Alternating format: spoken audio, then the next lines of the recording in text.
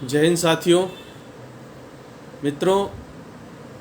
अभी कश्मीर में जो हमारे जवानों के साथ हुआ है, जिस प्रकार से धोखे से वार करके हमारे 5 जवानों को शहीद कर दिया गया, वो दृश्य देखकर किसी भी भारतीय का मन विचलित हो जाएगा।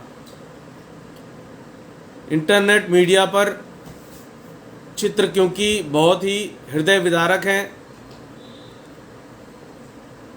उनको ब्लर कर दिया गया है या कवर कर दिया गया है। लेकिन एक चित्र मैंने देखा, किस प्रकार से जली हुई लाशें जवानों की, जिसमें चिथड़े उड़ गए हैं, कहीं पर कपड़ा है कहीं पर नहीं है, जल गया है, धमाके से चिथड़े उड़ गए हैं।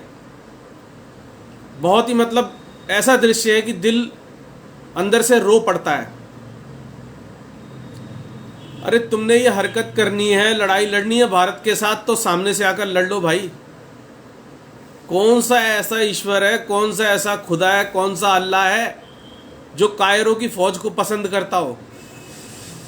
तुम मजहब का राज कायम करने निकले हो। तुम्हारे जैसे कायर और डरपोक कभी किसी भी ईश्वर का, किसी भी खुदा का, अल्लाह का राज कायम नहीं कर सकते, क्योंकि ईश्वर सदैव वीरों के साथ रहा है।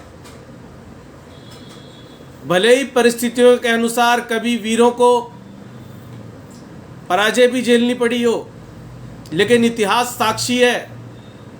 बड़े बड़े साम्राज्य और बड़े बड़े सभ्यताओं के इतिहास उन्हीं के मिलते हैं जो वीर रहे हैं, जिन्होंने किसी की पीठ पर वार नहीं किया, सामने से आकर लड़ाई लड़ी है। उड़ी में तुमने हमारे सोते हुए जवानों को गोलियां मारी थी, पुलवामा में धोखे से चलते हुए काफिले में गाड़ी टकरा दी थी, और अब एक कॉन्वॉय जो जा रहा था उस पर धोखे से हैंड ग्रेनेड फेंक दिया। अरे कब तक ऐसे छुप कर वार करते रहोगे? हम तो जब भी वार करते हैं सामने से आकर करते हैं और छाती ठोक कर बताते हैं पूरी दुनिया को, फर्जी मुजाहिदीनों, तुम्हें तुम्हारे अंजाम तक भारत की सेना तो पहुंचा देगी, लेकिन जब तक ये जिहाद की फैक्ट्री बंद नहीं होगी, तब तक बहुत सारी कोख से ऐसे राक्षस जने जाते रहेंगे, जो पता नहीं किस जन्नत के लोभ में, किन 72 हुरों की लालच में निर्दोषों का खून बहाने निकल पड़ते हैं।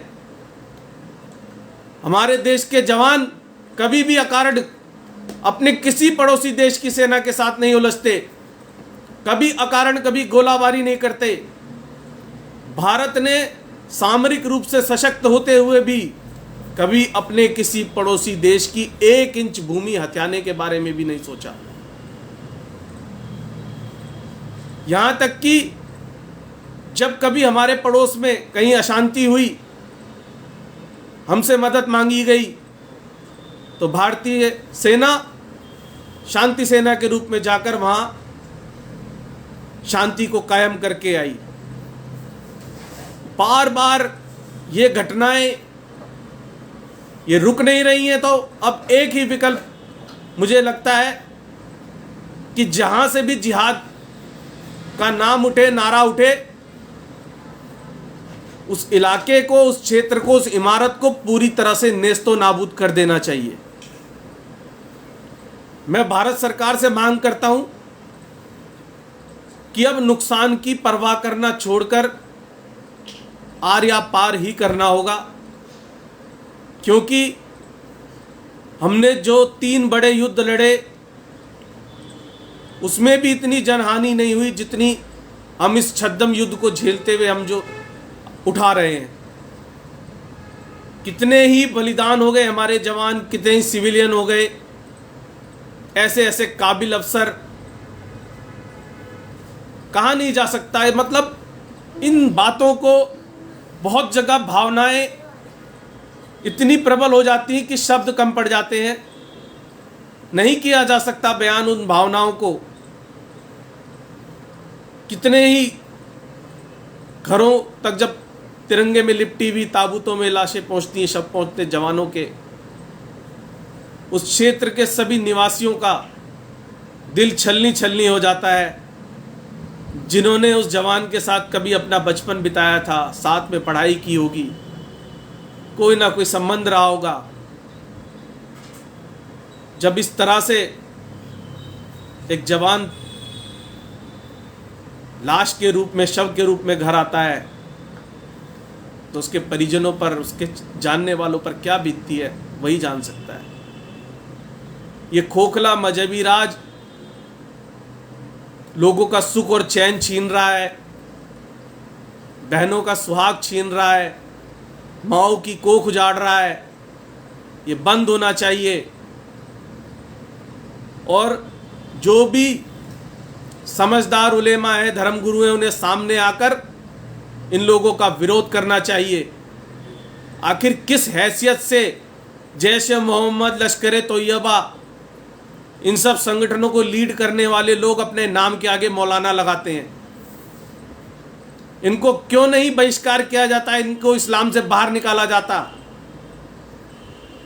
क्यों मुसलमान रोटी और बेटी का रिश्ता खत्म नहीं कर देते उन लोगों से जो निर्दोषों का खून बहाते हैं? और ये सभी के लिए है, केवल मुस्लिम नहीं, जो भी आतंक का राज कायम करे, निर्दोषों को मारे, जो हथियार के बल पर लोगों को भय से डराए, हर व्यक्ति का यही अंजाम होना चाहिए। बहुत ही दुखद, बहुत ही शर्मनाक। जितनी निंदा की जाए उतनी कम है। जय हिंद, जय भारत।